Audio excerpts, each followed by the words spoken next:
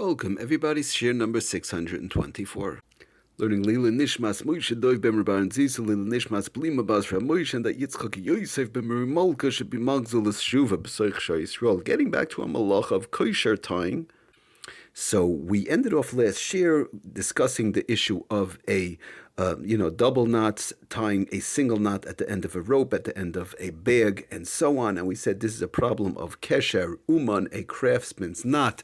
And we went through the Mishnah Berurah explaining what a craftsman's knot is all about. The fact that we don't know today exactly what it is, therefore, most knots that are extremely strong and tight fall into the category of a craftsman's knot. Just real quickly to read the English lashon of the Sefer Lamites Malachas on page 785, he says the bottom line is that kesher uman, a craftsman's knot, simply means, because of the fact that today we don't exactly know what it is, but lamaisa the place can come down, and this is what the Ramah tells us in the Mishnah Berurah and so on, that a tight and durable knot, a simple, tight and durable knot, the making of a knot that's so strong that it will never loosen and become undone on its own, falls under the category of a craftsman's knot. Thus, he says, weiter, no special skill or training is required to make a craftsman's knot. In other words, you don't have to go to school to figure out what to make a craftsman's knot. It sounds funny, kesher uman, craftsman's knot, I have to figure out, there's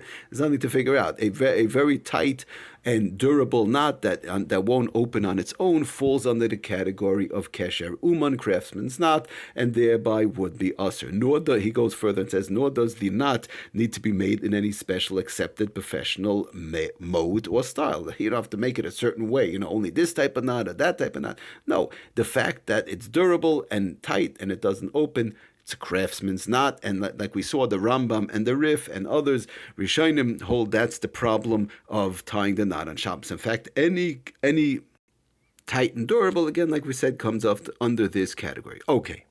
Because don't forget, we want to just keep in mind the examples that were brought in the Mishnah, like the camel's nose knot and the boat knot. These are knots that are made strong and made to last. Not so much in a professional way, but they're made to last. That's why, because of the fact that I got lost today as to what exactly it is. But the bottom line is, we do know one thing: tight and durable, that won't open on its own. That is what those kesher uman, the professional knots, were.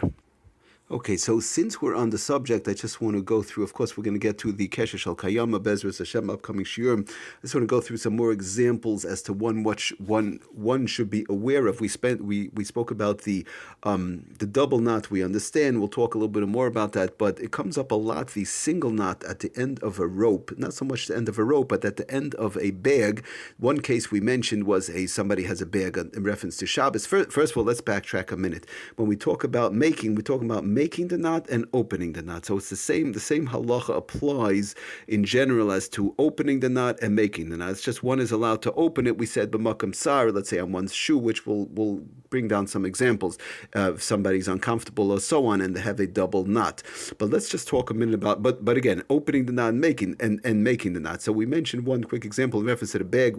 Somebody has challah, cake, cookies in a bag. It came from the bakery, and there's a single knot up on top of the bag, a tightly made single knot up on top of the bag. One has to be careful not to open that on Shabbos. We mentioned just to tear the bag open in a place where there's no wording.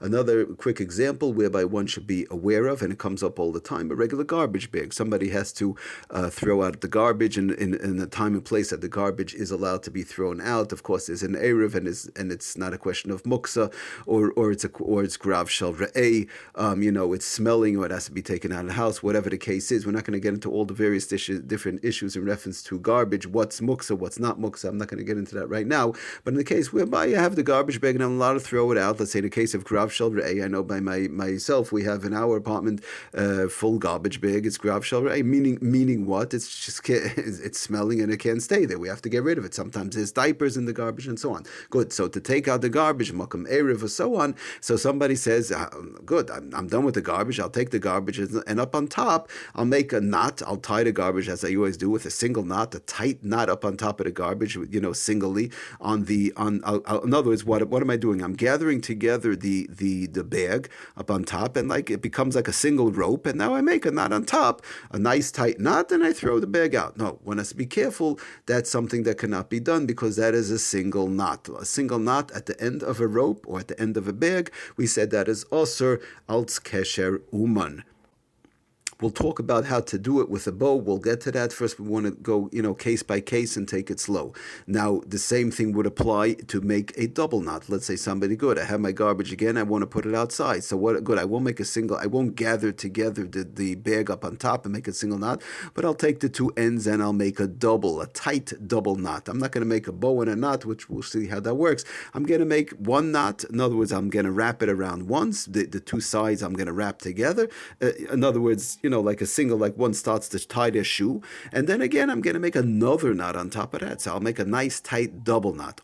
That also one has to be careful not to do. That's making a double knot. We saw in the Ramah, that's also to make on Shabbos. Just real quickly to read the lashon of the Sefer Lamites Malachos on page 793. One may not make two strings together in a tight double knot, even temporarily, because a double knot can be considered a tight knot, like we said. So all these cases we're talking about, even temporarily, just an interesting case that comes up a lot. One blows up a balloon, let's say for a child. So we're not going to get into all the various different aspects, what could be blown up, what can't be blown up. But the bottom line is, let's say, for example, one just simply blows a balloon and then they're going to tie a knot at the end to keep the balloon tied. So that's the same thing. You gather together at the end of the balloon, the material, the balloon over there, and you make a knot, and now it's going to stay. So even if you'll say, well, I'm only keeping it for 10 minutes, but the bottom line is you made a single knot at the end of a rope, at the end of a bag, at the end of a balloon, whatever it might be. That one has to be careful not to do that on Shabbos. Now, again, we're not getting into the issue of blowing things up. What could be blown up, what can't be, is one allowed? That's not the issue. Right now, we want to just give the examples in reference to the knot story. Let's keep it like that. All right, we'll get to that. There are problems of tikkun mana, of making some sort of a kli on Shabbos when it comes to blowing certain things up. We'll get to that when the as they say, we'll cross that road, we'll cross that bridge when we get to that malacha. But right now, as far as a knot, one has it, they make a knot, that cannot be done. It's, again, a single knot. Even for a short term, and it's only temporary, a single knot goes into the same halacha as a double knot.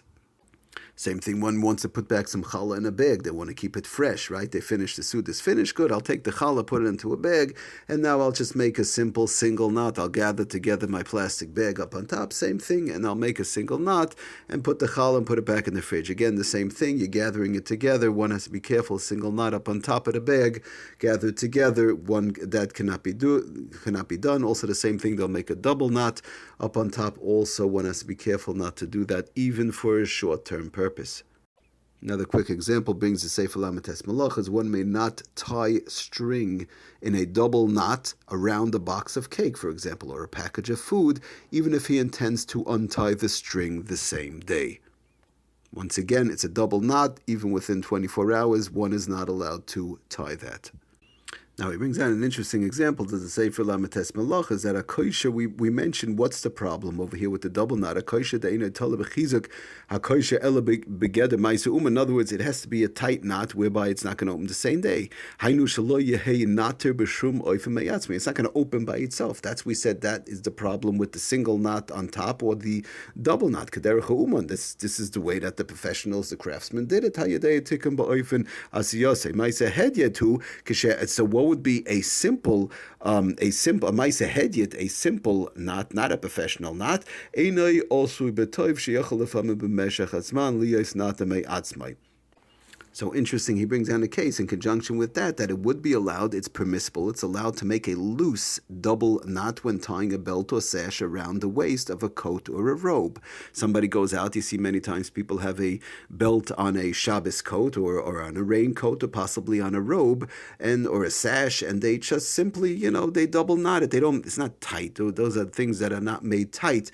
This loose knot is being opened and closed within 24 hours, number one.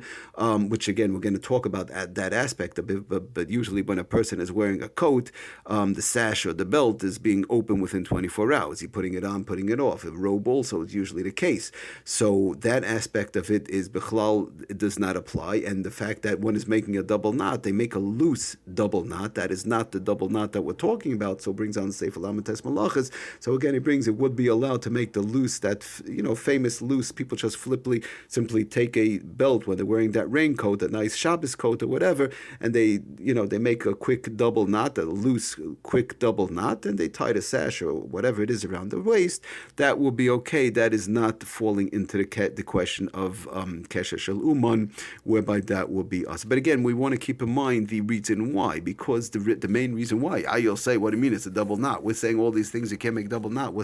How could you make that double knot on the belt, on the simple belt or on the robe or the like? Because again, it's a loose type of a thing. It's not something that's it's basically going to be opening up by itself. That's how these double knots on the coat or the robe or so on are made, and it's going to be opening up by itself. And of course, it's going to be opened up within 24 hours. Okay, we're going to stop over here. We'll mamshech weiter next time. Hatzlach and bracha. Thank you for listening. Kol tov.